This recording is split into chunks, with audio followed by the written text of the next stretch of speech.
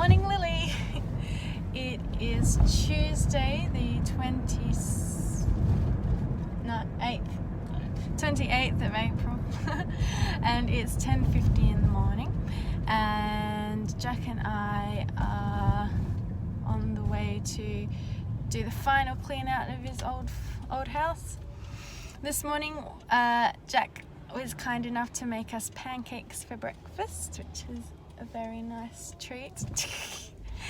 And then we went for our walk.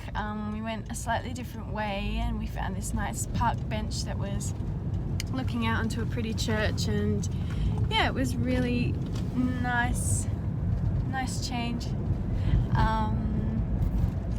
Yeah, and then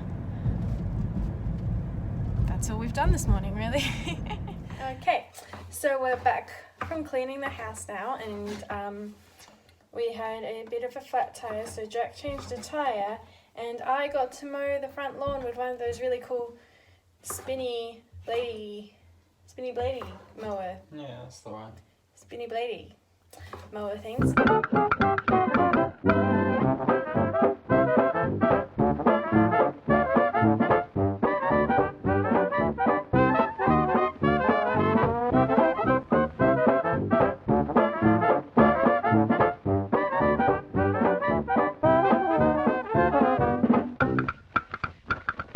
That was lots of fun.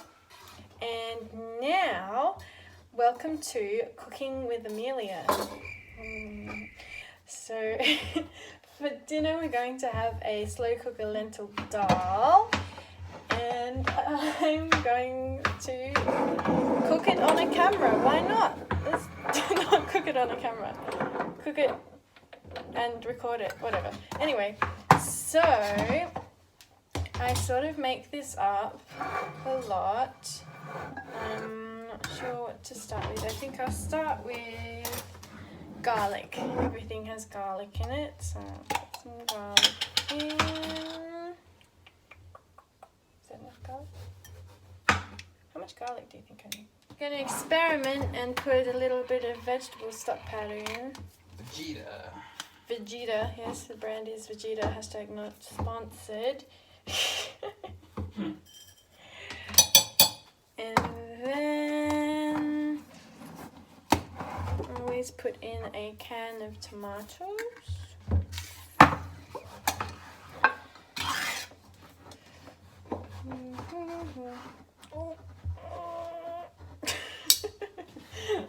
Yeah. I looked up at my face and it was ridiculous. There you go. Okay. Can of tomatoes, and of course we need the lentils. These are some plain dried, can you see them? Red lentils.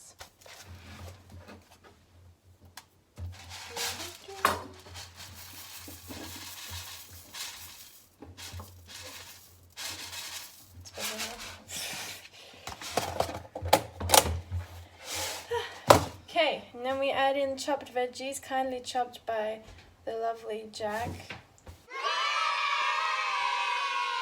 So there are, what is this? Eggplant and zucchini. Add some water to cover the vegetables. Then we add the spices, some classic curry spices. So we've got turmeric.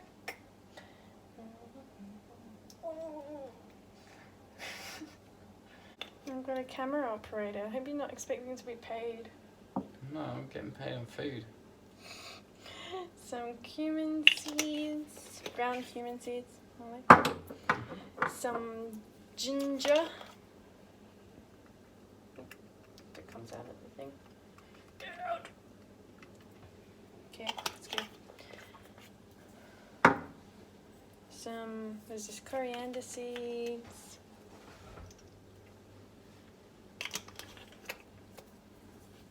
And some chili flakes. Now, careful, not too many because that would be painful. So I put lots in there. it's the Ian, you get a spoon, you give it a stir somehow without spilling everything everywhere. We've got some coconut milk that we put in later, so we'll put that on, plug in the slow cooker, and turn it to number 2. Medium brown. And now we wait. Alright, so Jack and I just went to view another flat. We're currently looking for a flat for us to move into together, which is really exciting. We saw 3 places yesterday. 2 of them we applied for all 3. And one of them we really loved a lot. It's got lots of character. It had this cute little fireplace detail, and just the whole thing was very pretty. It was like a semi-detached house thing. It was relatively old, but yeah, it was just really pretty. Lots of like foliage and stuff. Yeah. So that one would be perfect, and we did apply for it. And yeah, we got a reply from the agent just asking for some more documents, which I think is a little more promising. I think it means they're considering us, so fingers crossed for that. The one we just saw though was nice enough. Nothing really fancy about it or anything. Pretty boring. Just a house. Kind of old-ish, like, but not old in a nice way. It's old in a granny way. In a granny way. Old in a granny way. Well, I do like grannies, but No, not nice granny. you know, not nice granny. Boring granny. So yeah, we might apply for that one. The other downside to that one is to apply you have to go through this tenant website, which is just a hassle, and it doesn't let you go on to like the next stage unless you filled in every single question. And even if it's a question that you don't really have an answer to, you have to write something to get past that step, which is really annoying. But oh well, I guess we'll nut it out and try to apply for it anyway, because we need somewhere to live. So yeah, we'll keep trying, send through those other documents to that other agent and see how we go. So hi, it's the next day. Yesterday after we visited that house, that inspection, we went home and ate some lunch, and then I had to go to a physio appointment, and that was very painful. My physio really shoves her fingers into your back, and it's really quite painful, but it's good. It's a good pain, I think. I think it's working. That's because I hurt my shoulder a little while ago, so I'm just trying to get that fixed.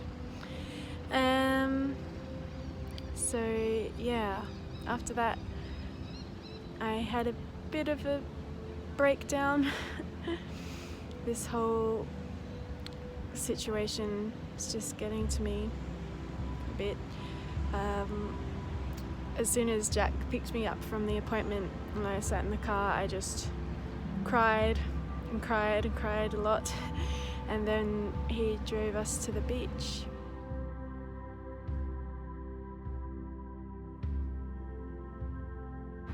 And after that I breathed a bit, but we drove home and I was still crying.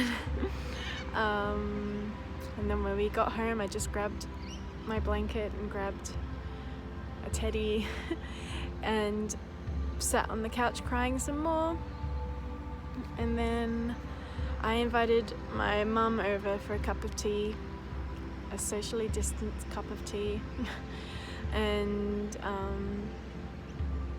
cried some more and just talked to her about everything, really. And she reminded me that I shouldn't be putting so much pressure on myself to do everything perfectly, although I've got seemingly so much more time, it's still very, very hard. There's so much pressure on the internet to set up a schedule for yourself and stick to it and get everything done and be super productive, learn new skills, everything, and it's just too much. It's unrealistic. We've literally had like a rug pulled out from under our feet. There's no structure to our days anymore, and that's what a lot of us rely on. It's what I rely on, something to give me structure to my days, and I don't have that anymore. So yeah, she really just reminded me to not worry so much about keeping everything perfect. Some of my uni assignments, I've just decided I'm going to get a 0 for, as long as I pass the course, and I think I should be able to do that, hopefully. But even if I don't, it's not that big a deal. I can just repeat them, but it's acceptable since it's a pandemic and it's out of my control, and I'm allowed to not do something perfectly. Yeah, I think everyone just needs to remember that this is a tricky time, even though it feels like life might be becoming a lot more simpler. It's not. Maybe everyone just needs to take a moment to breathe and remember to play and not put so much pressure on themselves to work in exactly the same way that they were working in, a few months ago. It's all very different. We can't be expected to be as productive as we were before, and we can't be expected to be even more productive. That's ridiculous. I'm going to sign off now because there are people walking past every 5 seconds. This is my first time vlogging outside. This is a fun experience, seeking that discomfort. Anyway, I'm going to go and spend the afternoon being calm, maybe doing some crochet, I don't know, not putting too much pressure on myself. I only have a couple of things to do for uni, and I'm not going to try and do them perfectly. Just going to do what I can. And that's okay. Over to you.